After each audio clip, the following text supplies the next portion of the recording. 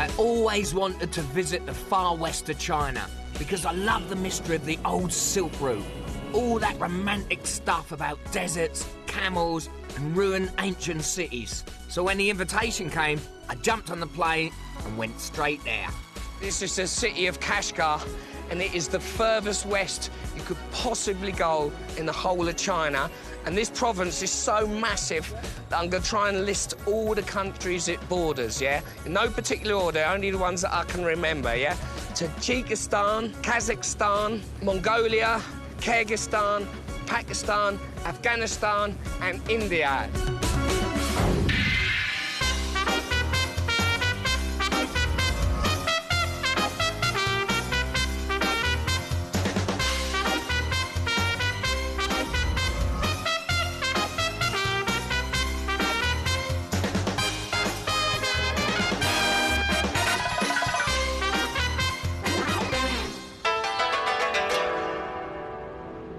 Urumqi in Xinjiang is home to some of China's most ancient routes, but it's modern too.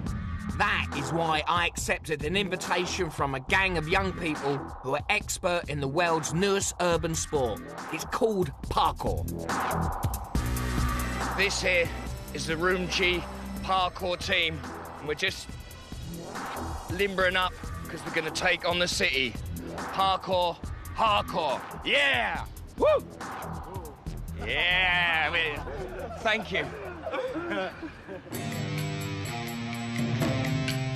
The point of parkour is to run and jump your way through a city with as much speed and style as possible, turning the whole place into a massive playground.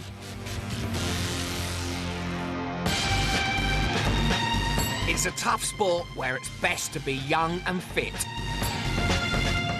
I'll be doing that soon. Oh, yeah. Easy.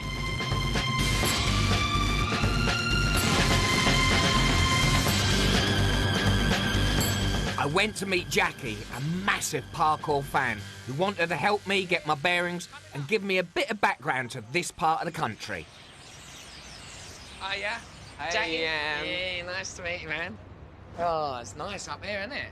Oh, you got all the view over there? Yeah. So this is like the best view of the whole city because you've got the mountains. Yeah. And then you've got the mosque. Then there, that's like New York there. Yes. So what are the different peoples that live in this area? There are 4 major ethnic in this area. There are Han, yeah. We were, Hui, and Kazakh. And the Kazakhs. Yeah, Kazakh. See, I recognise the Kazakh. Kazakh, yeah. So who are the Han? Han is a major nationality in Xinjiang and China as well. Okay, so they're the major group. It's a major group. Uyghur? Yeah, the Uyghur is a major minority ethnic group in Xinjiang. Okay, and the Hui? Hui. Is it pronounced that? Hui. Hui. Yeah. Okay. Hui is the most widely spread in whole country. I mean, whole China. So this province and the whole of China, they're widely spread. Yeah, but then they're mainly spread. Muslim? Yes, they are mainly Muslim. And, of course, the Kazakhs. Yes. They're like the old tribe. They are mainly living this direction, the South Mountains. Can we go and visit them? Yes. I have got a friend of Kazakh here. Right. I think he has prepared something wonderful for us. You know? Already? Yes. We arranged to meet the rest of the parkour team across town. But on the way, I found something that I've always loved about Chinese cities. A troupe of middle-aged dance fans getting on down. Got to limber up, so I thought I'd join a dance class just to get my body moving a bit.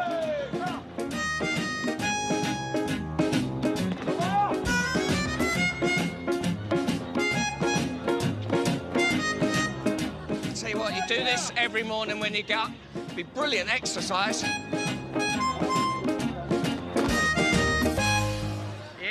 thank you. Thank you very much. On the other side of the park, there's the newest way to burn calories and push yourself to the limits. Parkour.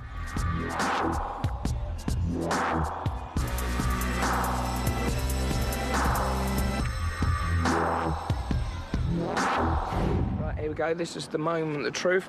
Jackie's gonna, like, limber me up, do a few exercise, and then teach me the ways of the parkour.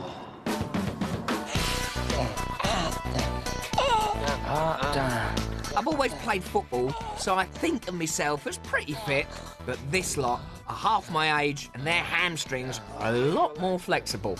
It is straight.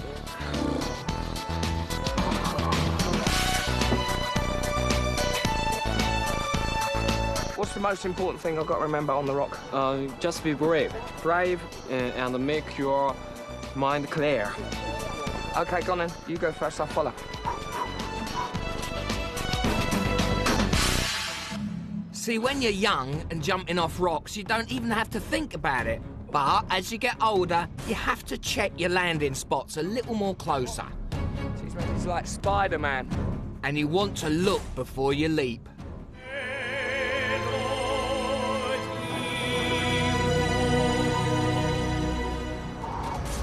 Yeah, I'm ready for it now. I've, got the training. My mind is completely blank, clear of anything that was ever up there. And we're gonna hit the city, man. Come on, do it.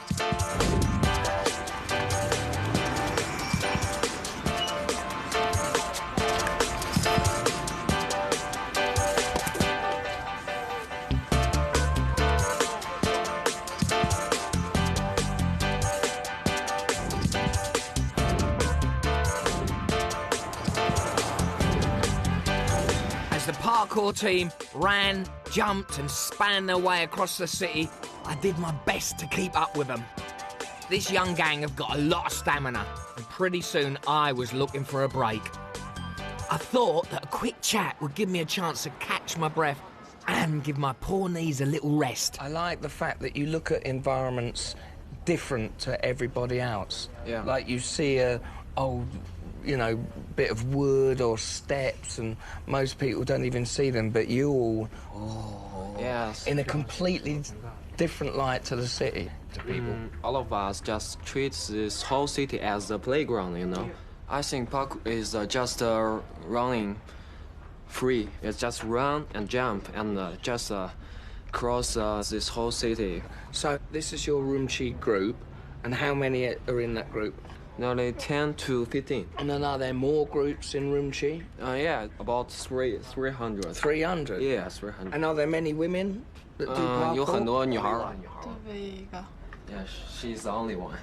The only one? Yeah, she's the only one. Wow. Is there room for a fat Englishman in your group?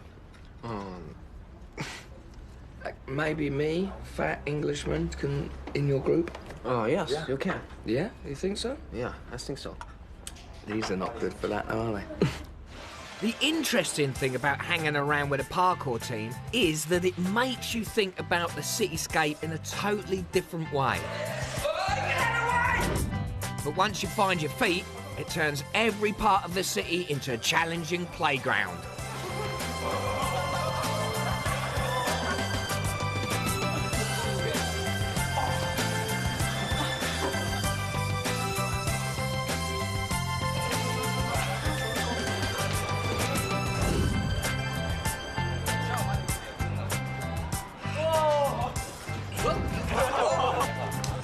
Easy. For the super fit gang, this is just another pit stop. But for me, it's time to have a rest or a heart attack.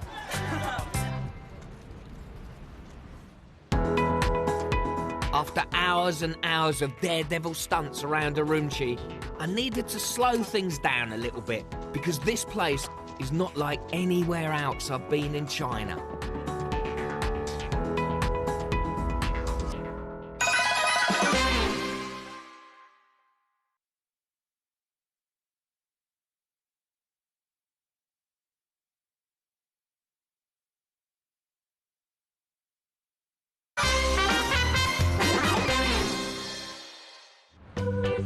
I'm in the far west of China, in Urumqi, hanging out with a bunch of young people who do the urban sport of parkour. But the place that they live has got some real ancient traditions too.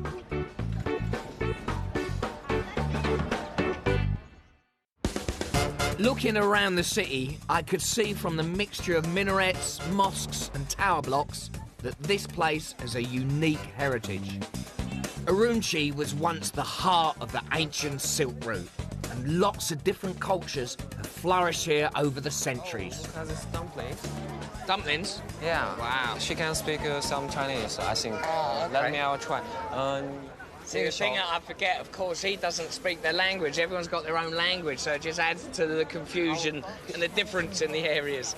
She said that there are some meat and onions in it. Ah.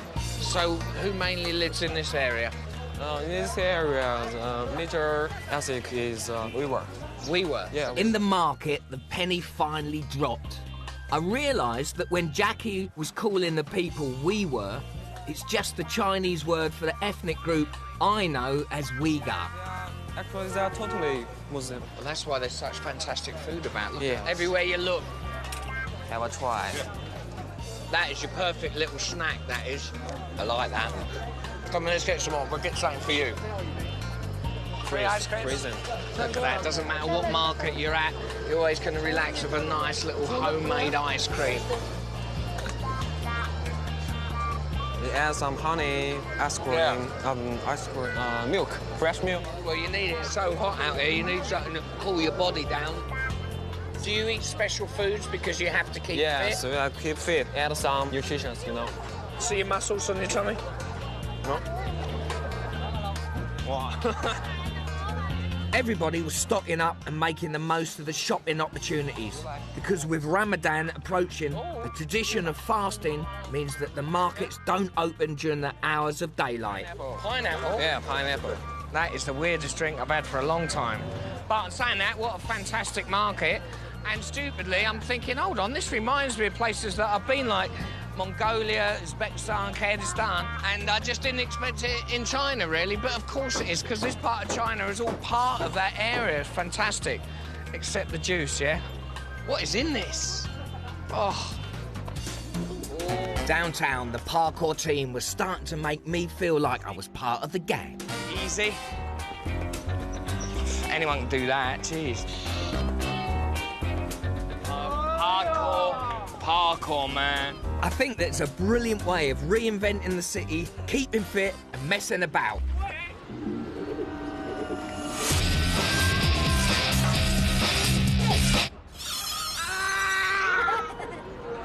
Is there anything else we can do in this area? What we gonna get up to? Oh, actually, I have a friend of Kazakh. He's a Kazakh. He's a Kazakh? Kazakh boy, What, yeah. the horse riders? Yes, like Cossack, Kazakh? If you want, Okay. you can go and have a look. Brilliant. Yeah. Let's do it then. Finish up here, yeah? Jumping around, and then we go. After a day of intense training, Jackie told me that there was just one last task before I was accepted as part of the team. Come on, jump over this dustbin.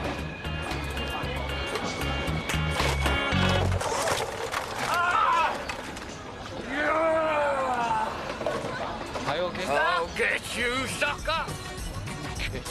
I'll give you parkour, mate! I'll give you parkour! I'll give you parkour! After work, the centre of Urumqi comes alive with night markets. The pavements are covered with family-run stalls which sell delicacies from all over the region. It was the perfect spot to say thanks to the parkour team before hitting the road for the rest of my trip. Gentlemen, lady, thank you very much for a fantastic day. Really enjoyed it. Yeah. Completely knackered out. I don't know how you do it, you young people. Excellent. I can't even get up. Whoa. Cheers. Cheers.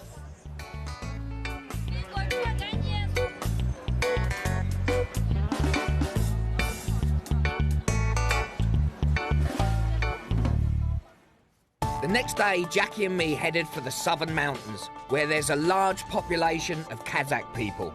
I've always been intrigued by the Kazakh lifestyle. They love the open air, they're really hospitable, and they're some of the best horse riders I've ever come across. Look at this, it's amazing. This is only like 2 hours drive away from Urumqi. So 1 minute you're in the city, and then you're out in the middle of nowhere in the South Mountains. And of course, the only way to get around is obvious now. is on horseback. I'm here with the Kazakhs, who are the best horsemen around, and they're going to teach me, yeah, how to ride as a Kazakh. Yeah? Yeah. Kazakh? I'm following you. Yeah. It gave me a few moments to get used to the saddle, and then they sprung it on me. Their version of horsey kiss chase. That's not how I remember it at school. It still involves chasing girls, but being Kazakhs, there's a lot more equality going on. So, if you don't manage to kiss her, then on the return journey, the girl gets to hit you with a horsewhip. I didn't even get a kiss. Jeez. Of course, no Kazakh sports day would be complete without a bit of fighting over a dead sheep. I can't even lift the bloody thing. Get away from me. It's hand-to-hand combat, and sometimes for hours, unless you get fed up and just hang around the goal area. Oh, yes. Oh, yes. Hi, everyone. What I love most about Kazakh culture is the warmth, hospitality, and the sense of mischief, which seems to kick in at a very young age. How long have the Kazakh people been in this area, would you say? Kazakh history goes back more than 3,000 years. Our people moved to this place 400 years ago. And also, what would you say is the most important thing for a Kazakh man? Horses are very important to us Kazakhs. Horses can take us to places where we cannot walk to. They are essential for our journeys every day. We call horses Kazakh wings. We are the eagles of the grasslands. We treat our guests to hot milk tea and snacks. Help yourself to some tea. Chin chin. Okay, you're welcome. Yes, you drink it like that. That's it, yeah, get it out there. Your hand isn't flexible enough. Look at mine. He's more English than me. Your hand looks as if it's never had any exercise. That's a lack of hard work.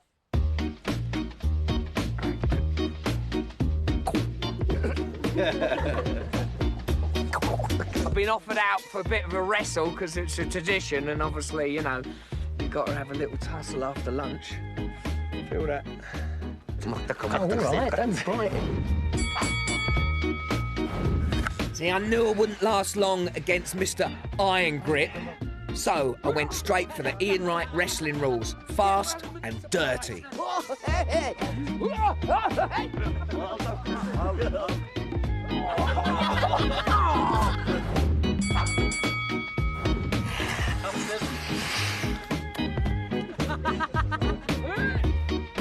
I might have got a right thrashing, but at the end, I still claimed victory.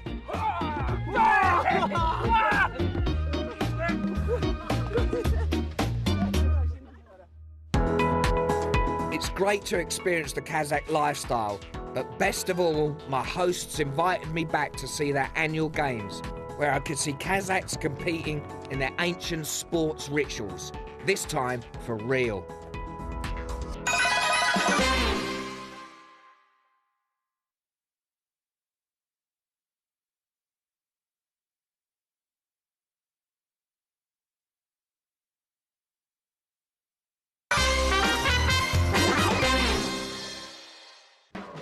After passing my inner city parkour test and surviving a day in the country, learning the old ways, me and Jackie got an invitation to a full-on Kazakh festival. I'm in Xinjiang on my way to the southern mountains, just outside the capital city of Urumqi. Me and my hosts, the Urumqi parkour team, are off to see a celebration of Kazakh traditional sports. Horses remain at the centre of Kazakh life, so we set out to eye up the talent and try and back a winner or two. Wow, look at all that there. They're all out today, all the horsemen and the horsewomen, of course. Jackie's Kazakh friend was meant to be a very good judge of horses. He don't like these two guys. No? Well, okay. He wants that white one. Okay. Maybe we should go on this. Yeah? I like that one, look. You like that one? horse has got branded 666 on it. That's my horse. Number of the beast. The number of the beast. In the paddock, the punters were eyeing them up and down, studying the form and looking for likely winners. Oh, standing behind a horse always gives me the heebie-jeebies. Sometimes it's dangerous, I think. I always expect it just to kick me right up the This one is very naughty. Oh, look at Yeah, that. take him away. The horses are coming now. It's a bit like being at Royal Ascot. The ride-by was really majestic and colourful. And in the grandstands, the ladies had made a massive effort with their brightly coloured hats and dresses. 10 kilometres, yeah. All young boys, probably the youngest is about 6, going up to about 12. No saddles, hair and round. Woo! Go on, my son! Woo! Is that what? Sadly, me and Jackie both backed losers. Yes. But at least we had the real sheep football to look forward to. This time, it was for adults only. Split it up, isn't it? Unlike the way I did it, these teams played at full gallop. The riders must be able to handle their horses in close combat, and some matches can last all day. Suddenly, we had to duck under the fence because the 15-kilometre flat race had just started and we didn't want to get trampled. Horse racing there, horse football now. Wow. It looked like the race was going to last all day, and seeing that my horse was in last place, Right at the last. it was like the perfect time to make an exit. How good was that? I did enjoy that. It's like a village fete or fair in England. Like total chaotic, horses everywhere. You don't know when the race is on. It's raining, it's sunny, it's like... It's lunchtime. After all that rain and drizzle, me and Jackie needed to find some sun. The best place for that in Xinjiang was the oasis city of Turpan, 2.5 hours east by road.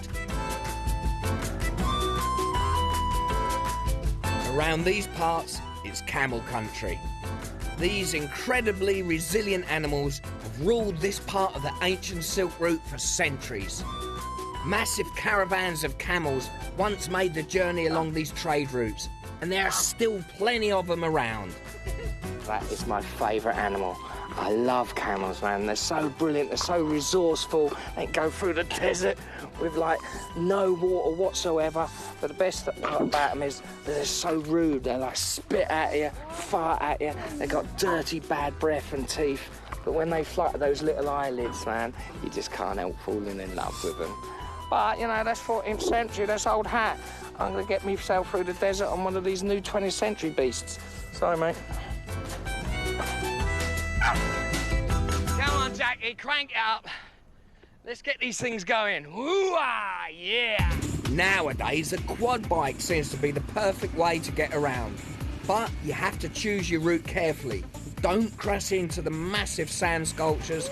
And oh yeah, keep your revs up, otherwise you'll face the humiliation of being replaced by a very annoyed mechanic.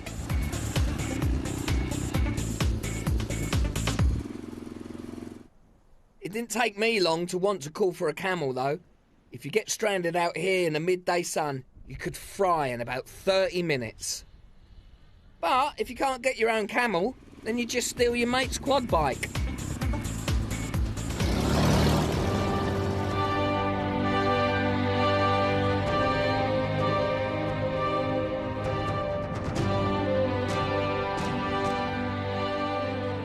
Yeah, fair enough.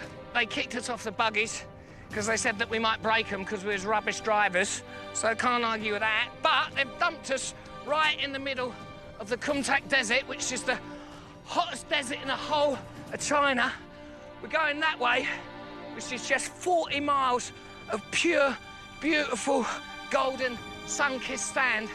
And if it's so hot that it burns your skin within 3 minutes, Jackie, he's not going to survive it, but I will, because I've got my special fan, which is going to keep me nice. Oh.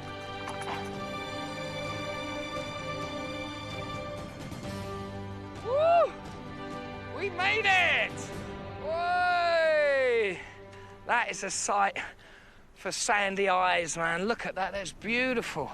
That's Turpan, yeah? Yeah.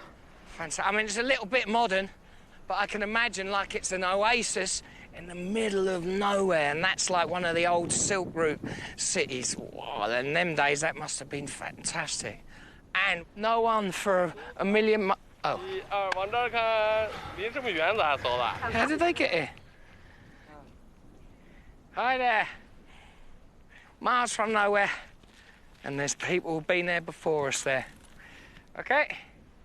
Me and Jackie headed towards the buildings on the horizon.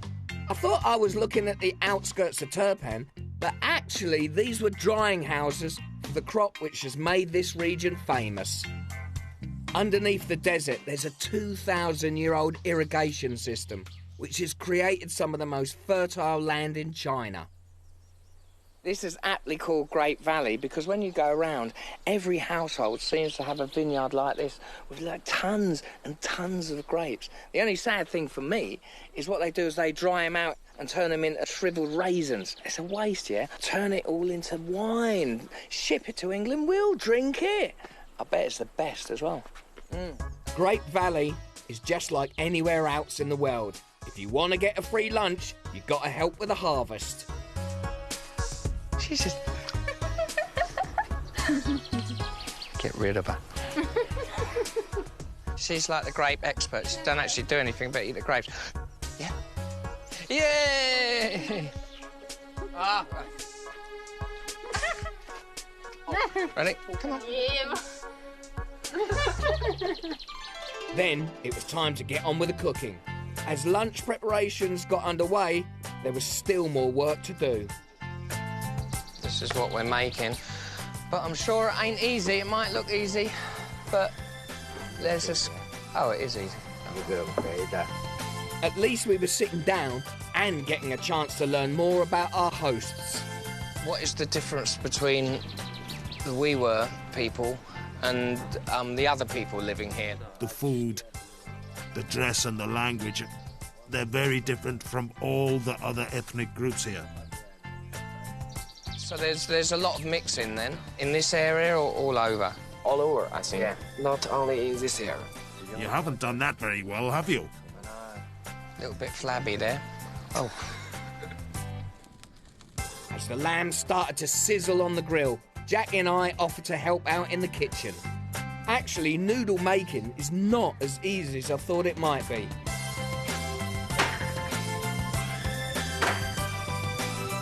So we left it to the experts and saved ourselves for the main event, stuffing our faces. Look, all this food, man.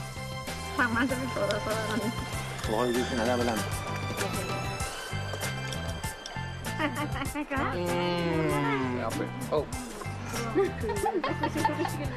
This picture, I thought it was seedless. We left heaving with grapes. And the tip to visit the nearby mountains at the edge of the desert, the best place to catch the perfect Xinjiang sunset.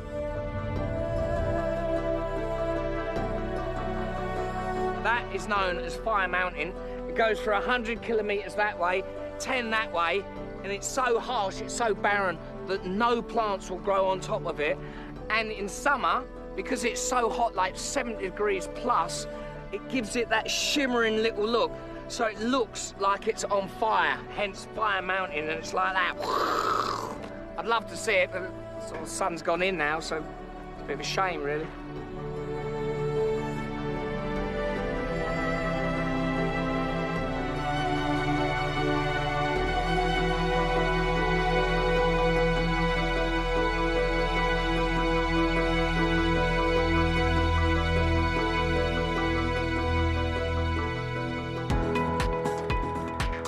After the heat of Turpan, Jackie wanted to take me over the mountains to Kashgar, the furthest, most western city in the whole of China.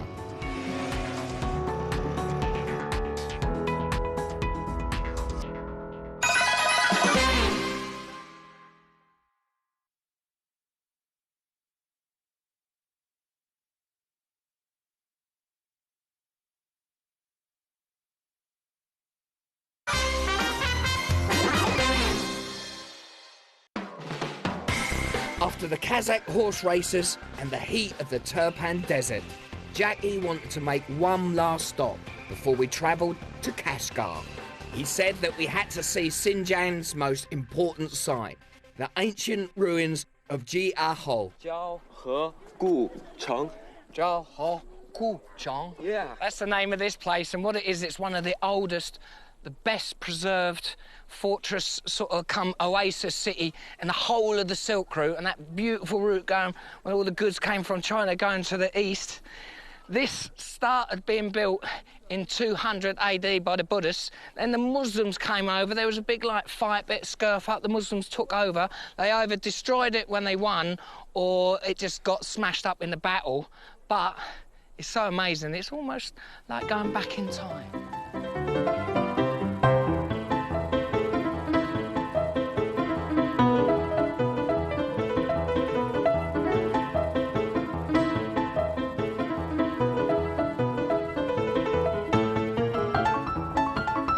Place like this, it's great to run around and have some fun, but you gotta stop and soak it up. You can see that once upon a time, Jiho was an incredible city. It was built as both military fortress and sacred religious site. Nowadays, the ruins are a UNESCO World Heritage Site.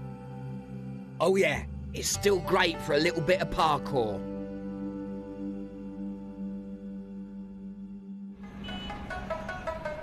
Kashgar is an oasis city on the edge of the desert. For centuries, it's been important as the last place to stock up on supplies for the long trek following the Silk Route. This is one of the biggest Sunday bazaars in the whole of Asia. We've landed at this bit here, which is the livestock area. People come here to buy, to sell, to eat, to drink, but apparently one of the main attractions is people just getting together and gossiping. I heard, yeah, Jackie and that sheep. The Mole Bazaar is one of the oldest markets in Asia. It's where people have always come to buy, sell and have a good old natter while eyeing up the livestock. Some sheep try and make a break for it because they know that this day is not going to turn out too well for them. Others pass the time with a little punch-up. They're good? Yeah, on these ones? 1,000, yeah? We started this negotiation off, yeah, because wherever there's a crowd, people come over thinking there's a bargain. And now he's getting a sale, hopefully. Xinjiang cuisine is popular right across China, so buyers are attracted from all over to bid for the local breeds. Nice, big, fat-bottomed sheep are especially prized. There you go. Get in now. It's one way to get a lift into the Grand Bazaar, isn't it? Hey!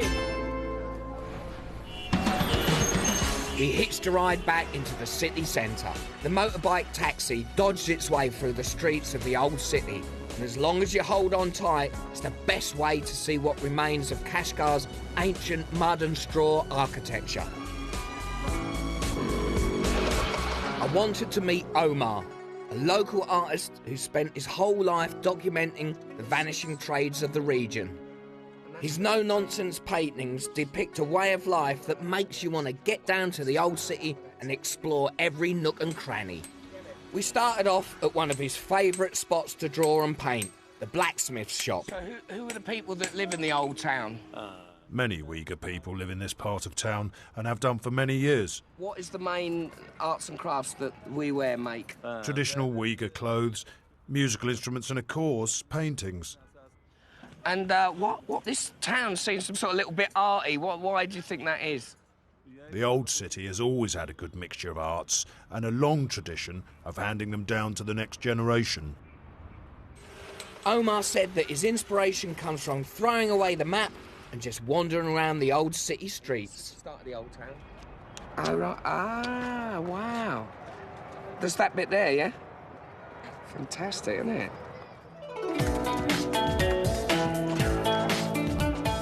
Wow, look at that. That's how low it is. Even I can hit my head on that. I thought we'd get lost in the maze of little streets and alleyways, so bringing Omar along is the only way to make sure we'd find a way around. You gonna draw? Gonna draw me? They start their art this young here in Kashgar, and everyone loves to have a go. He's signing it, the other guy drew it, but he's taking credit for it. So, that's art for you, even at this age. There's a surprise behind every door in this place, and it's great fun just finding out what's going on. There's a silk shop over there.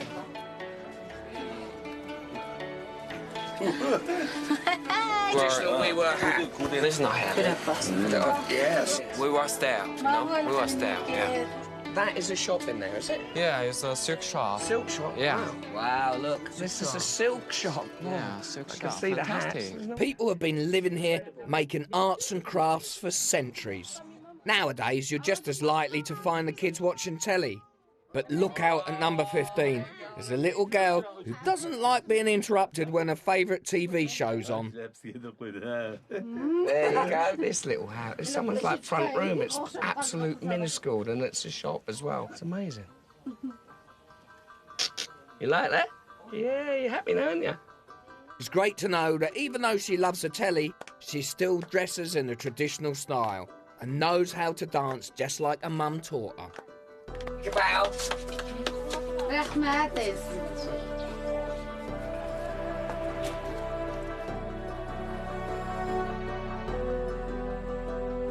That view there says it all to me, because on this side, it's the modern city, you know, the buildings surging up, new build, new money, there's cranes, you know, right into the sky. On the backdrop of the old town, crumbling, you know, worn out, the old 1,000 years old from the Silk Route, that built on trade from east to the west. In a way, that's what that is built on as well, it's trade. Omar's paintings of the old city are really special because they are a permanent reminder of the traditions and values that this place represents.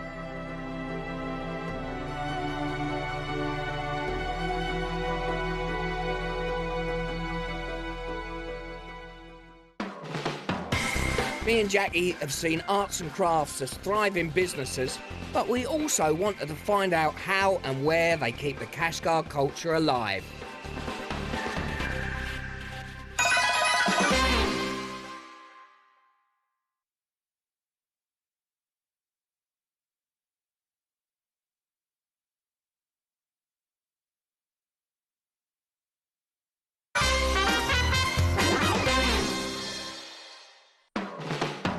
Xinjiang has been such an eye-opener because I never realised how diverse this part of China really is.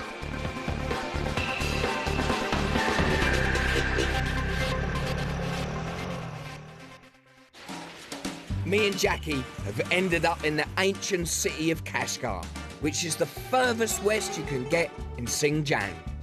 It feels so different from the modern capital because everywhere you look, you see traditions that haven't changed for centuries. There for the dumplings, yeah? Yeah.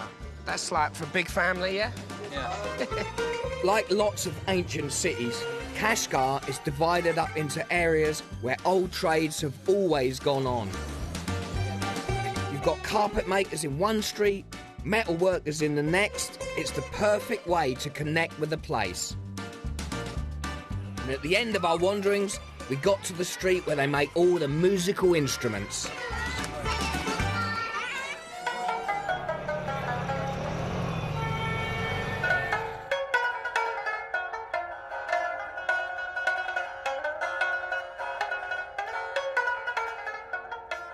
There's 3 different types I see. There's this one with just the 2 strings. Yes. What's that called?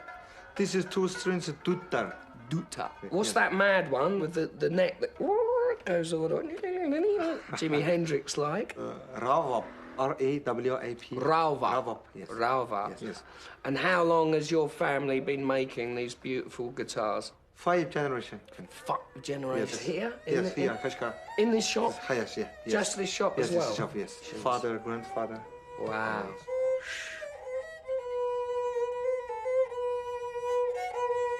And what these are made from, what's this, ivory?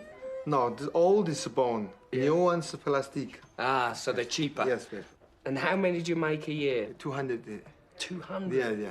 Is there anywhere, like, in the city where I can hear this traditional instrument being played? Yeah, the Kashi Honghagwan. What's that? House of Culture. The Kashgar House of Culture? Yes. Where Kashgar is House of that? Culture. Is that close? Here, close, here. It's just down there? Yeah. Yeah? Thank you very much. Okay, no problem. Thank you. They are beautiful things. Thank you. Oh. The futuristic House of Culture is a hive of creative activity in the heart of the city. This here's the Kashgar House of Culture. It's where you come at a young age to learn traditional art. So you got, like, dancing, painting, and as we can see, the music. Playing an instrument is a vital way of keeping the culture alive, and there's a massive waiting list if you want to join the music class at the House of Culture. Yeah, he's in it. Like all good players, they have to start young here. It's not easy on the ear straight away, but they work hard together, and after a few months, the kids are drilled to thrilling perfection.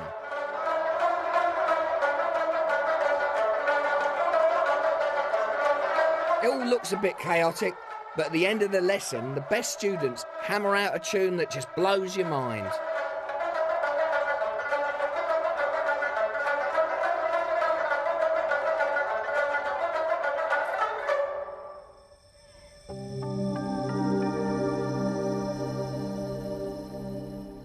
This is the Pottery Place, yeah? Yeah. Tucked away in the heart of the ever-shrinking old city is one of the oldest working potteries in the world, and I couldn't pass up the chance to challenge Jackie to a pot throwing competition.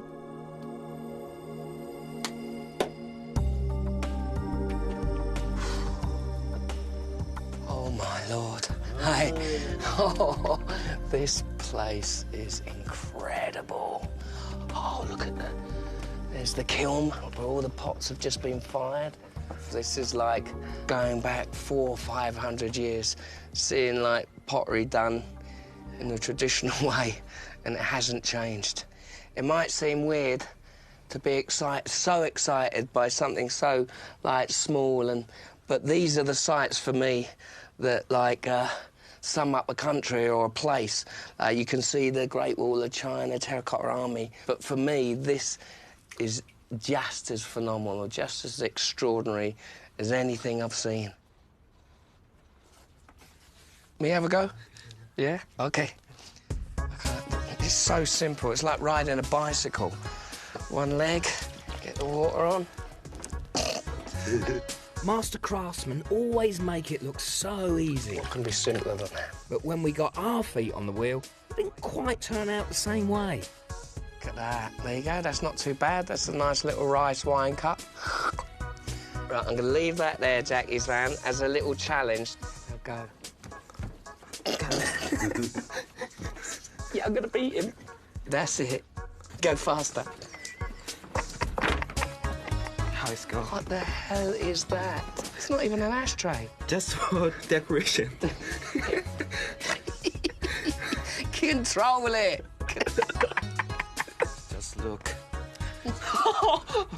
They're good. That's not a bad little attempt, yeah? He stood on your pot! Oh! It's not my fault. This place is incredible. It's like a self-contained unit, how trade used to be. He's got his workshop and his like bit where he makes all his pots there. This is the family room there where they live. Then he's got his shop right next to it there. Got this lovely veranda. Down there's like the livestock. He's got goats and chickens and stuff in. And then you stand in, you look out there, and on the top of the flats, the high-rise, there's probably a penthouse worth millions of dollars overlooking this. The whole thing's just bizarre. My journey with Jackie through this part of China has just reminded me that I cannot take anything for granted in this place. 1 minute you're running around with a load of inner-city athletes, the next you're staggering through the desert and messing around with a lot of Kazakh horsemen. I've never been anywhere like it.